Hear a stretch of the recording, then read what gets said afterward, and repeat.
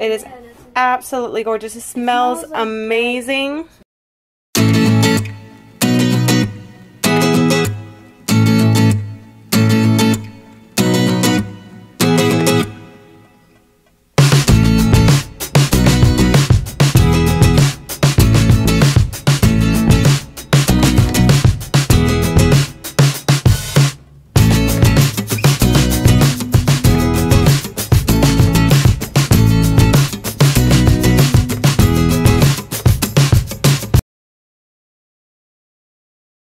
Good morning, guys. So today we have a lot of things planned, but I thought I would start out with making my famous bread pudding. Now, disclaimer, I have been making this bread pudding for a very long time, and I don't always measure everything. It's just kind of like a feel thing. Also, it is not diet or diabetes friendly. Obviously, I am not making this for myself, but do not make this thinking that it is okay to eat if you're a diabetic. You may be able to have like a little tiny bite to taste it, but it is loaded with sugar, loaded with calories.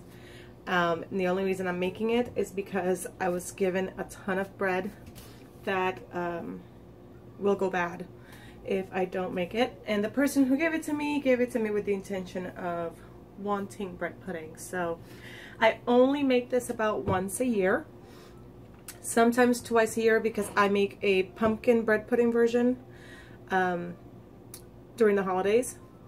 Instead of pumpkin pie, I'll make this with pumpkin, and it comes out amazing. It tastes like pumpkin pie, but it's bread pudding. It's so good.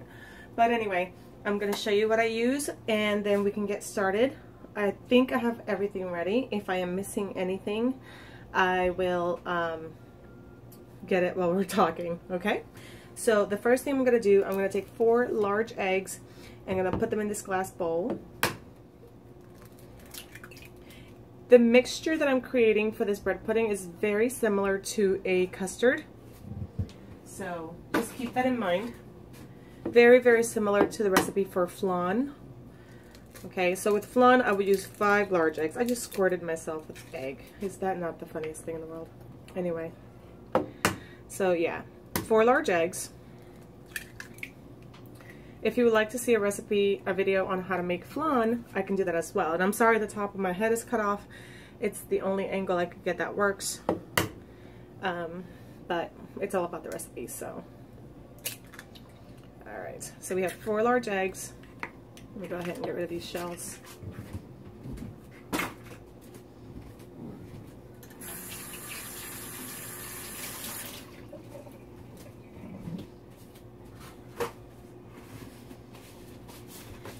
Now over here I have a casserole dish, and that's what we're going to use to make our bread pudding. The oven's preheating at 375 degrees, so if you want to go ahead and set yours for that, that's probably a good idea. Just going to break the yolks, and then I'm going to add a ½ cup of sugar, regular white granulated sugar. And I'm going to mix that in really well with the eggs. So then I am going to take a can of, this is a 12-ounce can of evaporated milk, and we're also going to add an entire can of sweetened condensed milk. I'm also going to take the evaporated milk can, and I'm going to fill it with water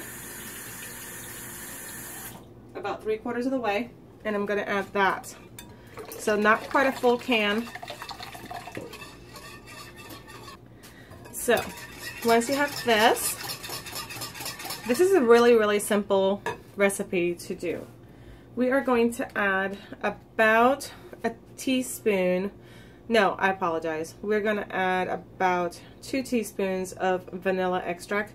Do not use imitation, use real vanilla extract. It makes all the difference. Now a cap is about ½ a teaspoon, so I'm going to be adding 4 caps.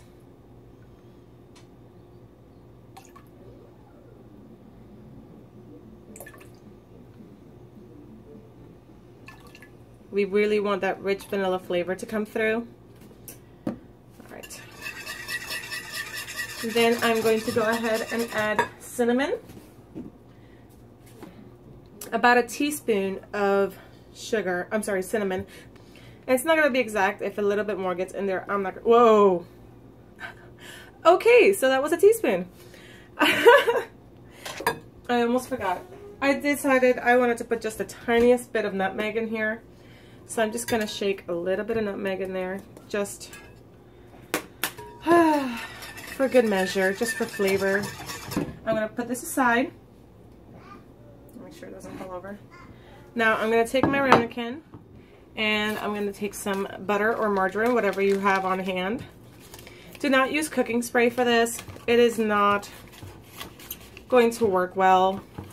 I am literally just rubbing all the sides of the bowl with margarine at this point. Usually I use butter, but I have margarine right now. Either one will work just fine. Nice coating all the way up the sides, all throughout the bottom. Okay. This is the fun part. Now we're going to take our bread. This is French toast bread. And I'm literally just going to take out several slices. I may not have to use all of it. I do want to do a combination of all the breads, so. And I'm just going to break it up into little pieces. And I'm going to drop it into the bowl. Actually, this recipe was inspired by his mom's recipe. I have altered it and changed it and tweaked it over the years. But she was the one who initially taught me how to make bread pudding, so thank you, Pam. I love that I have this pumpernickel because that's really going to add some color, some texture.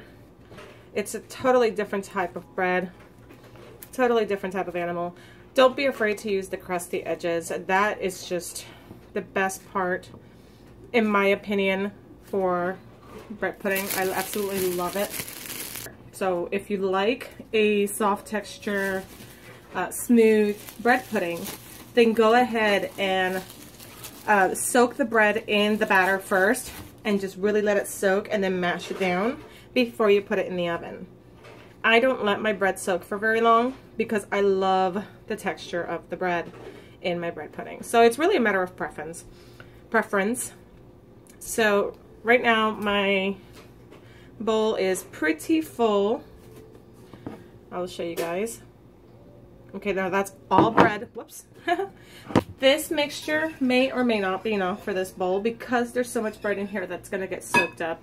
So I am ready and prepared. I have my half a cup here, and I am going to go ahead and add a half a cup of whole milk to my mixture. It just kind of stretches it out without taking away the flavor and integrity of the eggs and everything. So I'm going to go ahead and add half a cup of milk. Take my mixture and I'm going to slowly pour it in.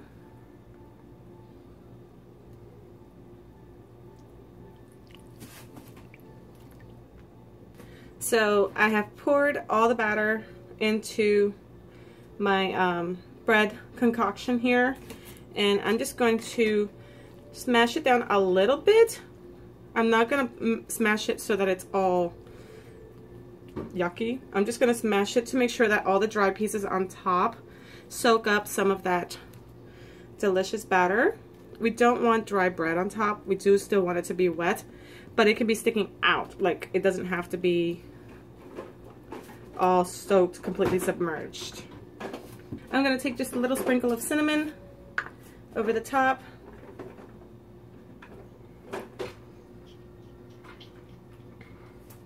Alright, so I'm going to take, my hand's a little wet. Whew. I'm going to take a little tiny bit of sea salt. A big lump came out, but that's okay. Breaks apart. And I'm just going to sprinkle this very lightly. Okay, very light hand. I'm not trying to make this salty whatsoever. A couple of pinches just to get it everywhere. So that was just a very light hand with the salt. Sprinkle that on top, and let's get this thing in the oven.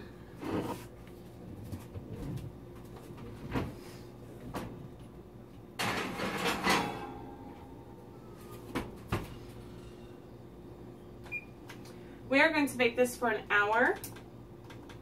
The key with the bread pudding is you want to do low and slow.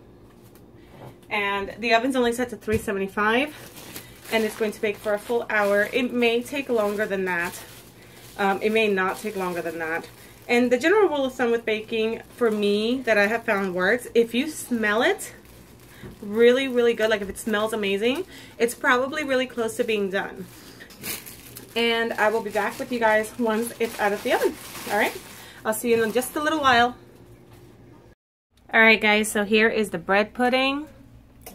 Look how gorgeous it is. It should be bouncy, perfect. So that's how I know it is done on the inside. I'm gonna go ahead and get this out, and I'll be right back. All right, guys, there is the finished bread pudding. It is absolutely gorgeous. It smells amazing. It smells like bread pudding. Do you see that all the texture that remains? That is what I love. I love it when it's got texture. This top is crispy and crunchy, and inside is just gooey and creamy and deliciousness. It is my absolute favorite thing in the world to make. It's like chocolate. Hopefully, if you try this recipe, make sure you comment below and let me know. Also, let me know what you thought.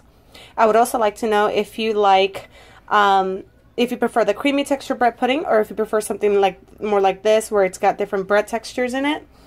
But this is an absolute dream. I cannot wait to have a little tiny taste of this before I give it away. But right now, it's got to cool down.